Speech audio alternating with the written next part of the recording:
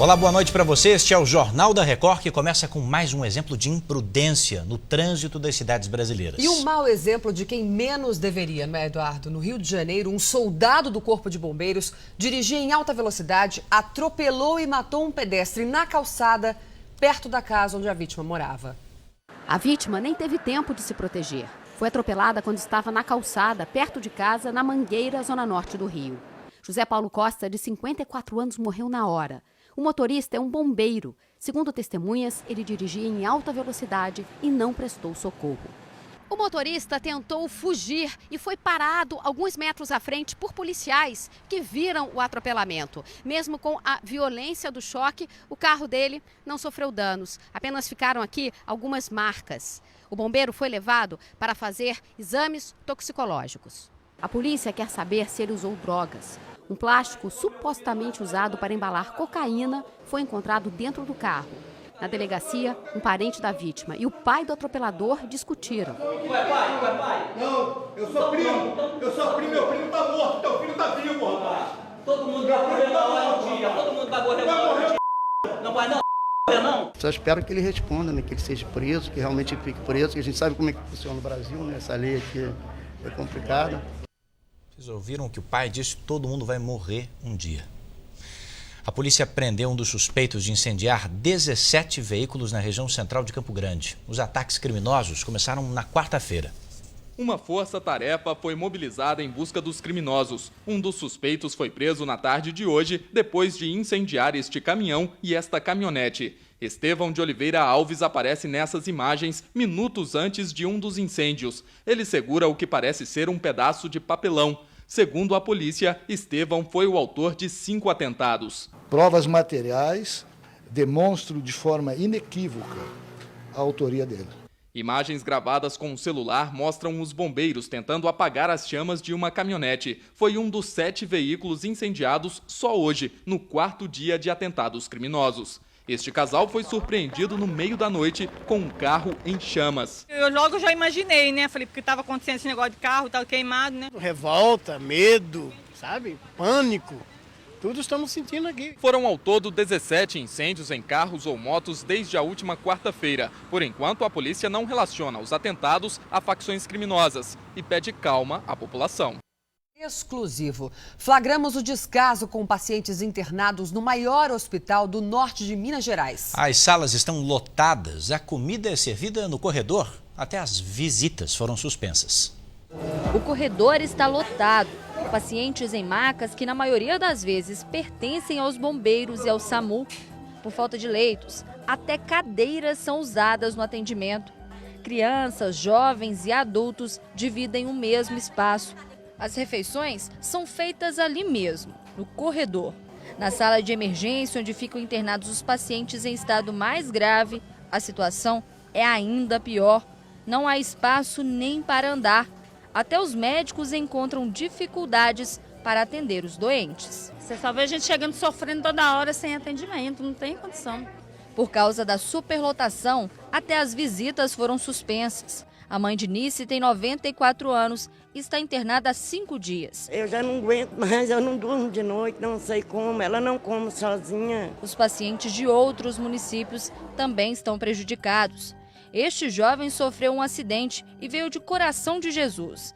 Ele ficou dentro da ambulância, perdendo sangue por mais de 1 hora até ser atendido. No pronto-socorro da Santa Casa de Montes Claros, 38 internos, onde a capacidade é para apenas 15. Isso sem falar nas pessoas que estavam em observação e que eram medicadas. Por causa da superlotação, o atendimento a novos pacientes teve que ser suspenso por quase 10 horas. A gente entrou em contato com toda a rede de urgência, contactamos a central de regulação, pedimos auxílio, porque estamos num momento de hiperlotação.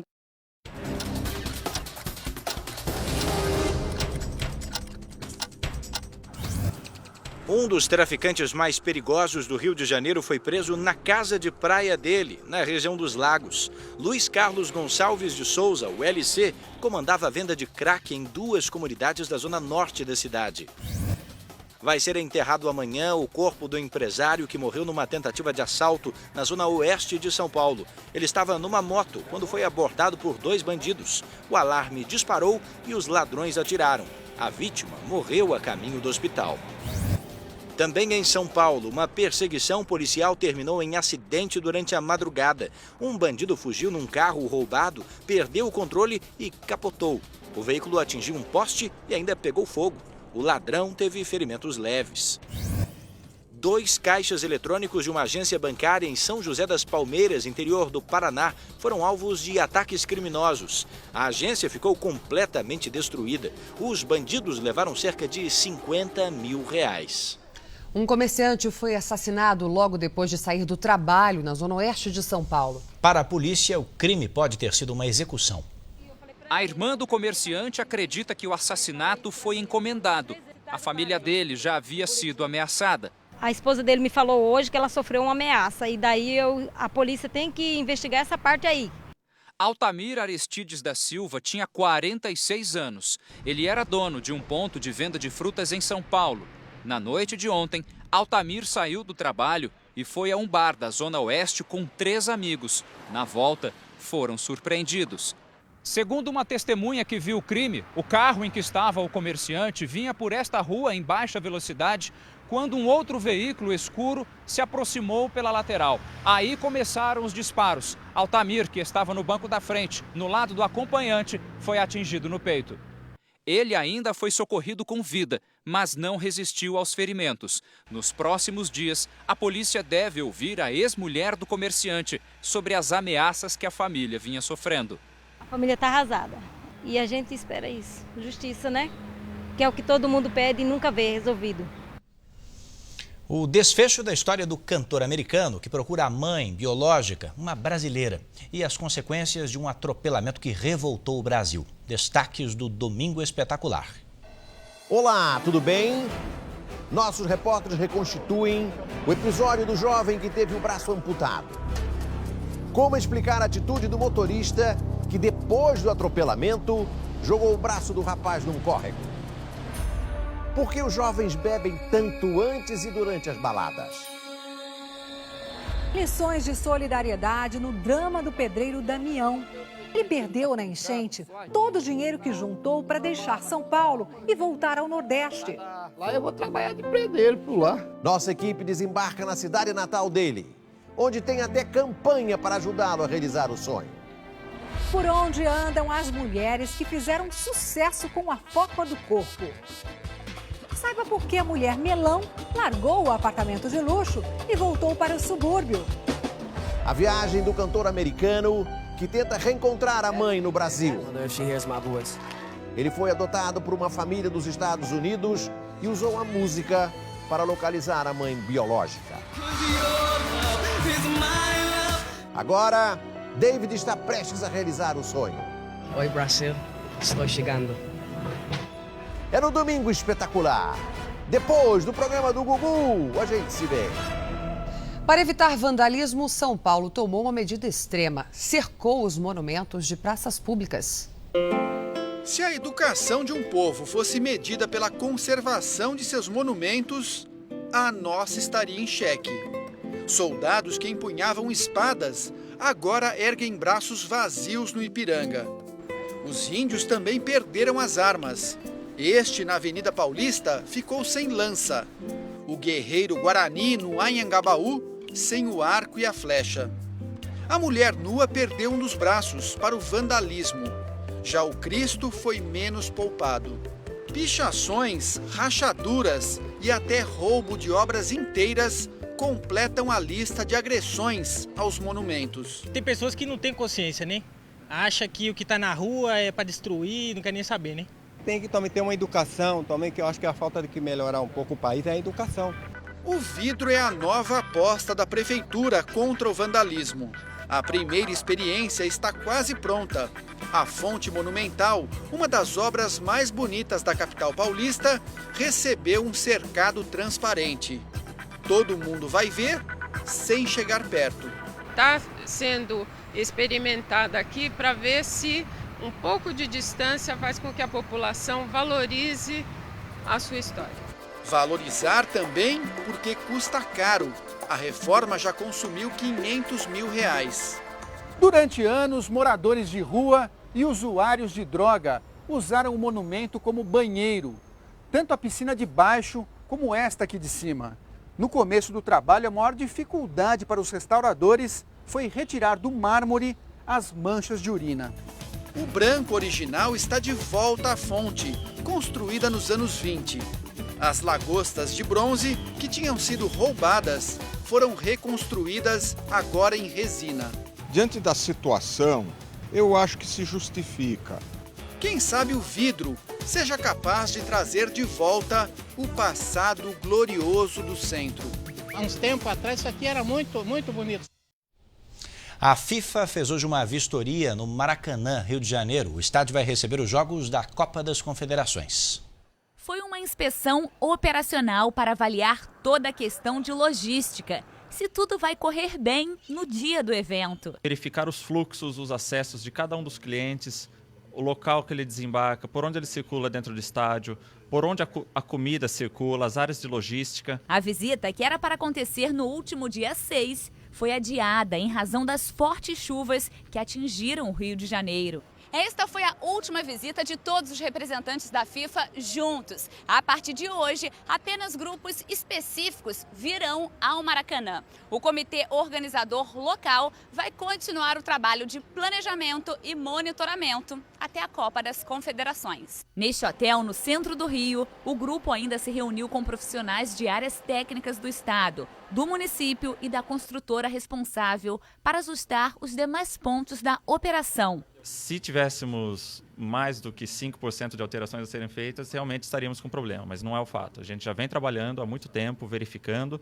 é mais uma confirmação. Então agora são ajustes pequenos. O prazo de entrega do Maracanã já foi alterado 3 vezes. A data final está marcada para dia 27 de abril.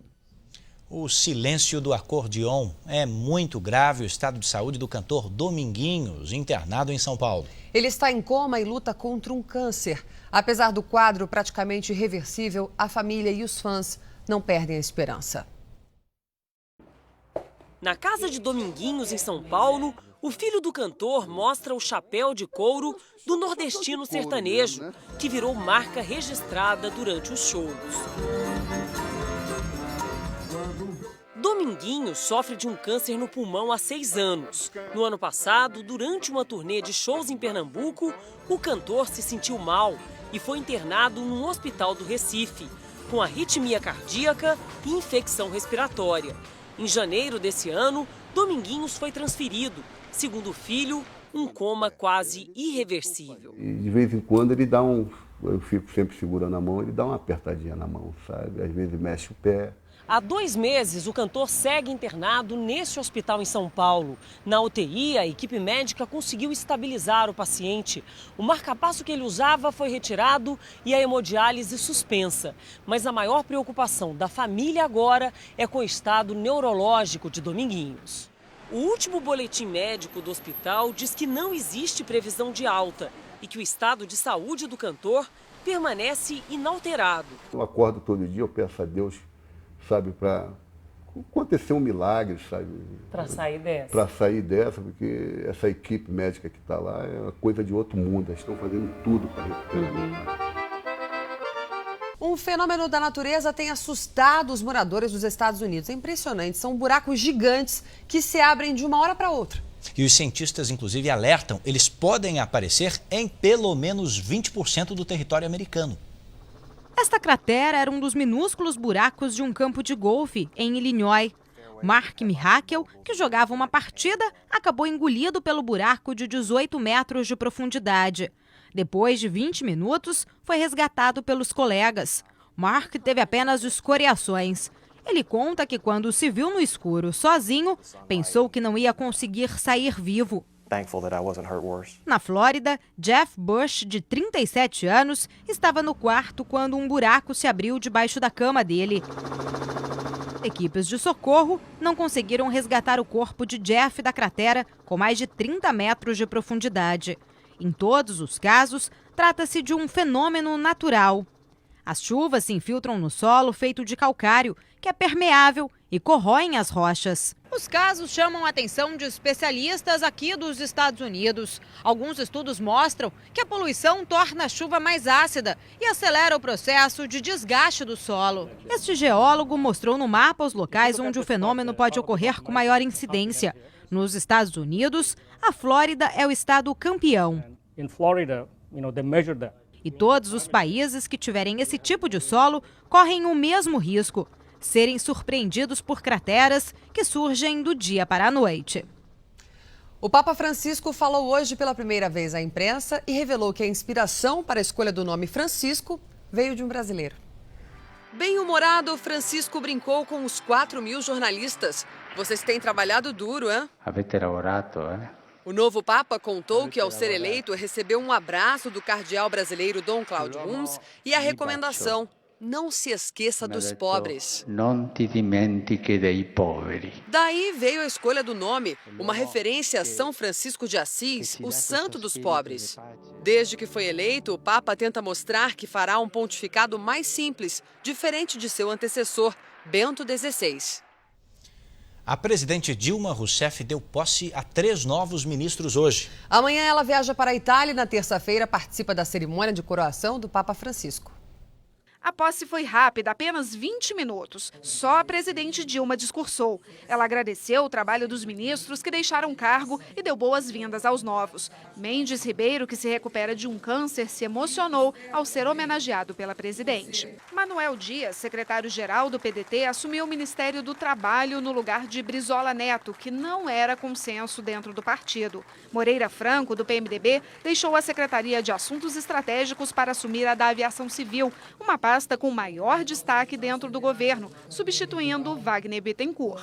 A escolha dos novos ministros é uma maneira de estreitar relações com o PMDB e o PDT. E a presidente Dilma deixou isso bem claro no discurso que fez. Disse que é impossível governar um país sem ter aliados. Não acredito que seja possível esse país ser dirigido sem essa visão de compartilhamento e de coalizão. Uma grande festa fecha o verão carioca, no mesmo palco nomes do sertanejo universitário, axé, rock e samba. Vamos ao vivo até lá com a repórter Annelise Camargo no Sambódromo. Boa noite, Annelise. Boa noite, Carla. Boa noite a todos. Essa é a segunda edição do Rio Verão Festival. Mais de 25.000 pessoas lotam aqui a Praça da Apoteose. E quem comanda a festa é o apresentador Rodrigo Faro. Neste momento, um rápido intervalo, como vocês podem ver. Mas tem mais. E agora há pouco, quem se apresentou, o último a se apresentar, foi o cantor Michel Teló, que animou o público. Mas tem muito mais música nessa noite. Chiclete com Banana, o Rapa, Capital Inicial. E claro, aqui no Rio de Janeiro não poderia ser diferente. A festa vai terminar com samba. O último grupo a se apresentar vai ser o grupo Revelação. Do Rio de Janeiro, Annelise Camargo. Obrigado, Annelise. A diretoria do Flamengo anunciou no início da noite de hoje a demissão do técnico Dorival Júnior. Depois de conversas entre clube e treinador, não foi feito um acordo satisfatório para a readequação de valores no salário de Dorival. O nome mais cotado agora para substituí-lo é do ex-técnico da seleção brasileira, Mano Menezes. O verão chega ao fim, né? O último fim de semana aí do verão, mas o movimento de turistas na capital baiana não diminui, né, Eduardo? Motivo qual é? Passagens baratas, hotéis bem mais em conta, deixando Salvador em alta temporada. Depois da extensa temporada de verão e carnaval, baianos e turistas querem mais é ficar assim. Esta é uma das vantagens das cidades nordestinas. Aqui o sol não vai embora junto com a alta estação. Não tem aquele tumulto todo, né? Ele fica mais tranquilo, aproveitar mais a cidade, passear, conhecer melhor, né? Não é à toa que tantos turistas preferem viajar nesta época do ano.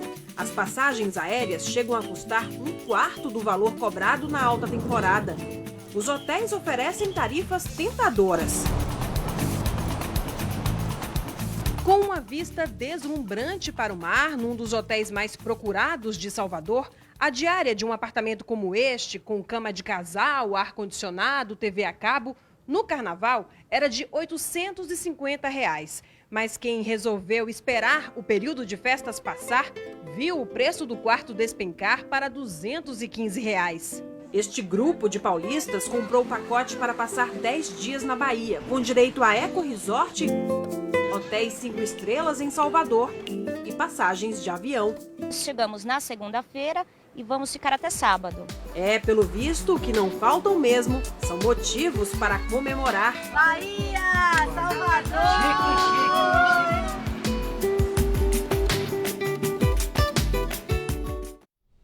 O Jornal da Record termina aqui. Outras informações amanhã no Domingo Espetacular. Fique agora com a segunda parte do Melhor do Brasil. Boa noite. Boa noite para você.